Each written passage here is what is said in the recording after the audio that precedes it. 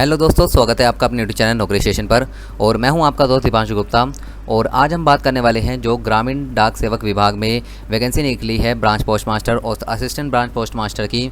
तो उसमें जो आपकी किस सर्कल से आपकी लोकल लैंग्वेज क्या है और किस स्टेट में कितनी वैकेंसी रखी गई है, इस चीज़ के बारे में आज हम डिस्कस कर रहे होंगे। और इसके बाद में आपको फॉर्म बताऊंगा कि आपको फॉर्म भरते टाइम किन किन बातों का ध्यान रखना है, क्या क्या आपको गलती नहीं करनी है। तो इन सब चीज़ों के बारे में आज हम डिस्कस करने वाले हैं। तो चलिए शुरू करते हैं। शुरू करने से पहले अगर यदि आप चैनल पर नए हैं तो आप चैनल को सब्सक्राइब कर दीजिए और जो साइड में बेल का आइकन आ रहा है उसे भी प्रेस कर दीजिए ताकि आने वाली किसी भी वैकेंसी का नोटिफिकेशन आपको सबसे पहले मिले। तो चलिए शुरू करते हैं। तो सबसे पहले हम यहाँ पर देख लेते हैं आंध्र प्रदेश का। शुरू करने से पहले मैं आपको एक चीज़ और बता देता हूँ।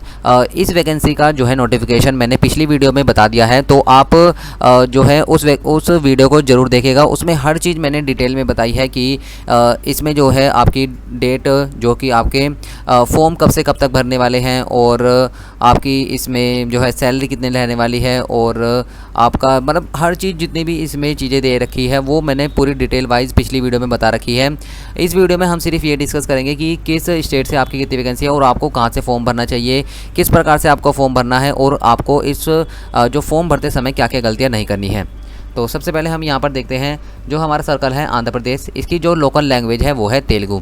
ठीक है, कैटेगरी वाइज भी मैं आपको बताता चलूँगा कि इसमें कितनी वैकेंसी है। UR, OBC, SC, ST, EWS, PWDA, PWDB, PWDC, PWDDE और टोटल वैकेंसी। ठीक है, तो मैं आपको EWS तक ही बताऊंगा। ठीक है, बाकी आप यहाँ पर देख सकते हैं कैटेगरी वाइज।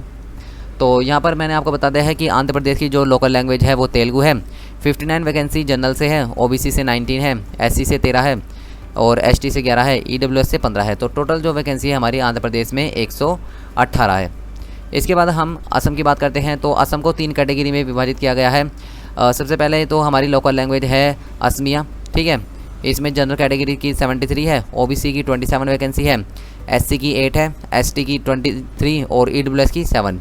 तो टोटल जो नंबर ऑफ वैकेंसी हुई वो हुई हमारे पास 138।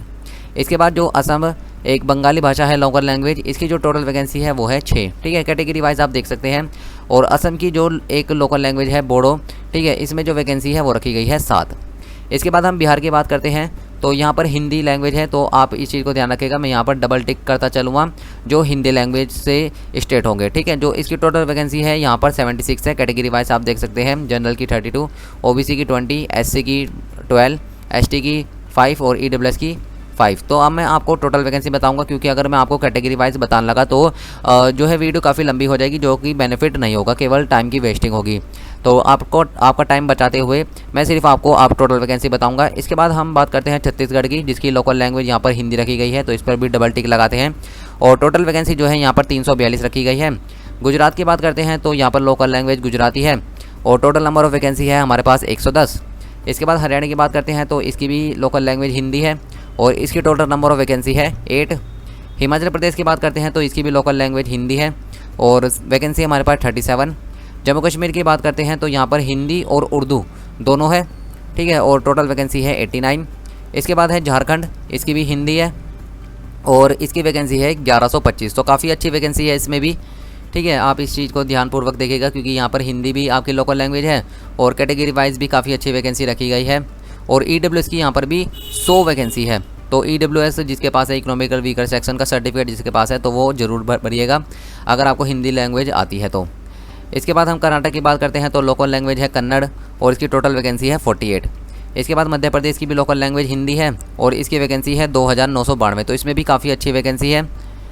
इसके बाद महाराष्ट्र की बात करें तो महाराष्ट्र को 2 कैटेगरी में विभाजित किया गया है। एक तो कोंकणी मराठी जिसकी वैकेंसी है 10 और एक केवल मराठी में है जो कि जिसकी वैकेंसी है 610। इसके बाद नॉर्थ ईस्टर्न जोन को भी जो है 4 कैटेगरी में विभाजित किया गया है। सबसे पहले जो लोकल लैंग्वेज है वो बंगाली है जिसकी वैकेंसी है 43। दूसरी है जहाँ पर हिंदी और इंग्लिश दोनों बोली जाती है, जिसकी वैकेंसी है 3911। तो ये काफ़ी बढ़िया वैकेंसी है, काफ़ी ज़बरदस्त वैकेंसी है 3911। और इसमें कैटेगरी वाइज आप देख सकते हैं, जनरल की 1823 है, OBC की 47 है, SC की 35 है, ST की 1666 है, EWS की 192 वैकेंसी है। इसके बाद नॉर्थ ईस्टर्न में जो मणिपुरी और इंग्लिश बोली जाती है जहाँ पर उनकी वैकेंसी रखी गई है 288। ठीक है, इसके बाद नॉर्थ ईस्टर्न में जो मीज़ो भाषा होती है उसकी वैकेंसी है 142। इसके बाद उड़ीसा की बात करते हैं तो लोकल लैंग्वेज है उड़िया, जिसकी वैकेंसी है 948। इसके बाद पंजाब की बात करें तो पंजाबी लोकल लैंग्वेज अगर आपको आती है तो 13 वैकेंसी है, आप यहाँ से भर सकते हैं। राजस्थान की बात करते हैं तो राजस्थान में भी जो है यहाँ पर हिंदी लैंग्वेज है हमारे पास। सॉरी, मैंने यहाँ पर जो है डबल टिक कर दिया है यहाँ पर भी, तो आप हिंदी लैंग्वेज यहाँ पर देख सकते हैं। तो जो वैकेंसी हमारे पास 1408 है। इसके बाद तमिलनाडु की बात करते हैं तो लोकल लैंग्वेज तमिल है और 18 वैकेंसी है यहाँ पर। और उत्तर प्रदेश में यहाँ पर हिंदी है और यहाँ पर वैकेंसी है 160। इसके बाद उत्तराखंड की बात करते हैं तो उत्तराखंड में लोकल लैंग्वेज है हिंदी, वैकेंसी है 40। इसके बाद वेस्ट बंगाल है, वेस्ट बंगाल की लोकल लैंग्वेज है बंगाली और वैकेंसी हमारे पास 31। इसके बाद वेस्ट बंगाल को भी 2 कैटेगरी में विभाजित किया गया है, एक है नेपाली और इसकी जो वैकेंसी है वो है 14। इसके बाद है तेलंगाना, जिसकी लोकल लैंग्वेज है तेलुगु और यहाँ पर वैकेंसी है 96। तो आप कैटेगरी वाइज यहाँ पर देख सकते हैं, यहाँ पर वैकेंसी लिख रखी है और जो टोटल नंबर ऑफ वैकेंसी है हमारे पास वो है 12,828। तो आप जिस भी स्टेट से बिलोंग करते हैं, जो भी आपको लोकल लैंग्वेज आती है वो वहाँ से आप भर सकते हैं। बाकी आपको मैंने कैटेगरी वाइज और टोटल वैकेंसी बता दी है। आप ये मत करिएगा कि आप मान लीजिए उत्तर प्रदेश में रहते हैं और आपकी लोकल लैंग्वेज यहाँ पर हिंदी है, लेकिन आपको हिंदी आती नहीं और आपने उत्तर प्रदेश से फॉर्म भर दिया, तो ये चीज़ गलत होगी। ठीक है, आप इस चीज़ को मत करिएगा। मान लिया कि आप यहाँ पर असम से भर रहे हैं, ठीक है, लेकिन वहाँ की लोकल लैंग्वेज तो बोडो है और आपको हिंदी आती है, तो आपका जो है फॉर्म यहाँ पर रिजेक्ट कर दिया जाएगा, या जब आप वहाँ पर जाएंगे तब भी आपको वहाँ पर डिस्क्वालीफाई कर दिया जाएगा डॉक्यूमेंट वेरिफिकेशन में। तो चलिए हम आगे देखते हैं। तो इसके बाद हम बात करते हैं कि थोड़ा सा इसके बारे में जानकारी प्राप्त कर लेते हैं। वैसे तो अगर आप पिछली वीडियो देख लेंगे, अगर आपने पिछली वीडियो नहीं देखी है तो आप उसे ज़रूर देख लीजिएगा, वहाँ पर मैंने पूरा डिटेल में आपको हर चीज़ बता रखी है।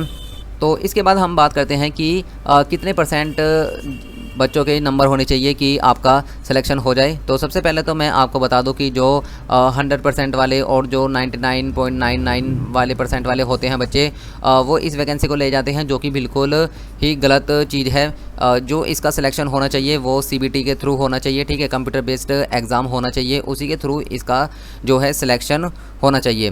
क्योंकि काफ़ी सारे स्टेट जैसे CBSE बोर्ड या जो है काफ़ी सारे स्टेट बोर्ड भी ऐसे हैं जो कि काफ़ी अच्छे परसेंटेज देते हैं, 100%, 99.99% भी बच्चों के आ जाते हैं, तो वो इन वैकेंसी को ले जाते हैं। लेकिन कुछ बोर्ड ऐसे होते हैं जिसमें कि 80-85% लाना भी भारी हो जाता है। और यदि हम आज से 5 साल या 10 साल पहले की बात करें तो आप मानकर चलिए कि 70% लाना भी बड़ा मुश्किल होता था, जिसके बच्चे के मान लिया 65% आ जाते थे तो उसे भी जो है टॉपर की कैटेगरी में रखा जाता था। लेकिन आजकल क्या होता है कि 100% बच्चे 99.99% ऐसे ही ले आते हैं, तो वे जो बच्चे होते हैं वे इस पोस्ट को भर तो देते हैं लेकिन इसे लेते नहीं, लेकिन सिर्फ जो है सीट ख़राब करते हैं। तो इस चीज़ के लिए आपको एक जो है ट्विटर कैंपेन चलाना चाहिए, ठीक है। हम सब मिलकर इस चीज़ को एक बड़े लेवल पर ले जा सकते हैं कि इसमें आपको CBT एग्ज़ाम जो है होना चाहिए, कंप्यूटर बेस्ड एग्ज़ाम के थ्रू ही इसमें सिलेक्शन होना चाहिए। चलिए, ये तो बात हो गई हमारे पास इसकी परसेंटेज की। इसके बाद हम बात करते हैं कि आपको फॉर्म भरते समय क्या क्या गलती नहीं करनी है। सबसे पहले तो आप नेम का ध्यान रखिएगा, जो भी आपकी 10th की मार्कशीट में नेम है वही आप ध्यानपूर्वक रखिएगा। बाकी आपका मदर्स नेम, ठीक है, इसके बाद आपका फादर्स नेम, तो इन चीज़ों को जो है आप बिल्कुल ध्यानपूर्वक भरिएगा। इसके बाद करते हैं हम बात परसेंटेज की। तो परसेंटेज आप ध्यानपूर्वक भरिएगा। मान लीजिए कि आपके परसेंटेज है 99.9%, तो आप जो है जल्दीबाजी में यहाँ पर 100% लिख देते हैं कि 99.99% को तो 100% ही माना जाता है, तो हम 100% भर जाते हैं, तो ये चीज़ गलत है, ठीक है। आपको अगर आपके नंबर 99.99% है तो आपको 99.99% ही लिखना है, ठीक है।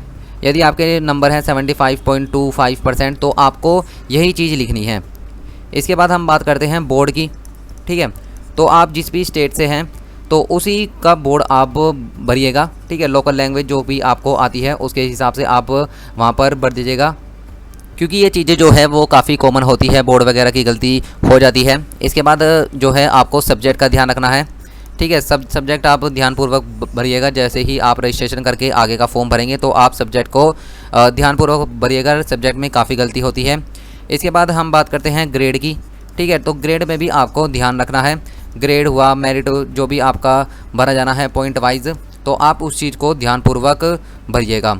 वैसे तो अगर आप कोई गलती कर देते हैं तो आपको 2 दिन का समय दिया जाएगा, 12 से 14 मई तक इसके करेक्शन डेट आ रहे हैं। लेकिन उसका भी आपको 2 चीज़ों में ही फ़ायदा मिलेगा। एक तो आप बोर्ड चेंज कर सकते हैं और सेकंड आप जो है आधार नंबर आप चेंज कर सकते हैं। ऐसा नहीं है कि आप हर चीज़ ही उसमें चेंज कर पाएंगे, ठीक है।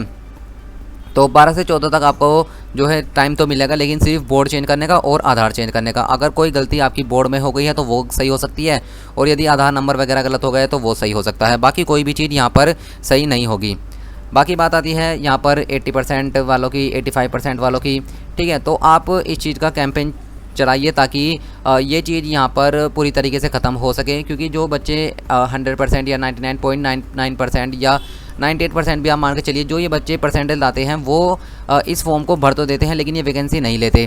क्योंकि वो सोचते हैं कि भाई हम फॉर्म भर देते हैं, देखते हैं अगर होता है तो ठीक है, नहीं तो लेना तो है ही नहीं। क्योंकि 100% लाने वाला बच्चा इतनी छोटी वैकेंसी नहीं भरेगा। वैसे तो कोई भी जॉब छोटी नहीं होती, लेकिन उनके लिए ये जॉब काफ़ी छोटी मानी जाती है। वो काफ़ी हाई लेवल के स्टूडेंट होते हैं जो 100% मार्क्स लेकर आ रहे हैं बोर्ड में। तो आप भी इस चीज़ को समझ सकते हैं। तो इस चीज़ को आप बड़े लेवल पर लेकर जाइए। इस चीज़ का हमें मिलकर सामना करना होगा, इस चीज़ का विरोध करना होगा, ठीक है। तो मैं आपसे यही रिक्वेस्ट करना चाहूँगा कि आप सभी टीचर्स के जितने भी वीडियो डल रही है उसमें नीचे कमेंट जरूर करिए कि एक ट्विटर कैंपेन चलाना चाहिए इस चीज़ को ख़त्म करने के लिए, CBT एग्ज़ाम को लाने के लिए इस एग्ज़ाम में, ठीक है। बाकी आपको अगर ये वीडियो पसंद आई हो और आपको समझाने का तरीका पसंद आया हो तो आप इस वीडियो को ज़रूर लाइक करें, अपने दोस्तों के साथ भी शेयर करें। और अगर आपने अभी तक चैनल को सब्सक्राइब नहीं करा है तो आप चैनल को भी ज़रूर सब्सक्राइब कर दीजिए, और जो साइड में बेल का आइकन है उसे भी प्रेस कर दीजिए। दोस्तों, अगर आपने अभी तक हमारे इंस्टाग्राम चैनल को फॉलो नहीं करा है तो आप वहाँ जाकर भी हमें फॉलो कर सकते हैं। वहाँ पर आपको नई नई वैकेंसी का नोटिफिकेशन सबसे पहले मिलता है। अगर आप बाई चांस कभी यूट्यूब की वीडियो भी नहीं देख पाए तो आप इंस्टाग्राम के नोटिफिकेशन से उस वैकेंसी को भर पाएंगे। आपकी कोई भी सरकारी नौकरी का नोटिफिकेशन या उसको भरने से आप नहीं चूक सकते, ठीक है।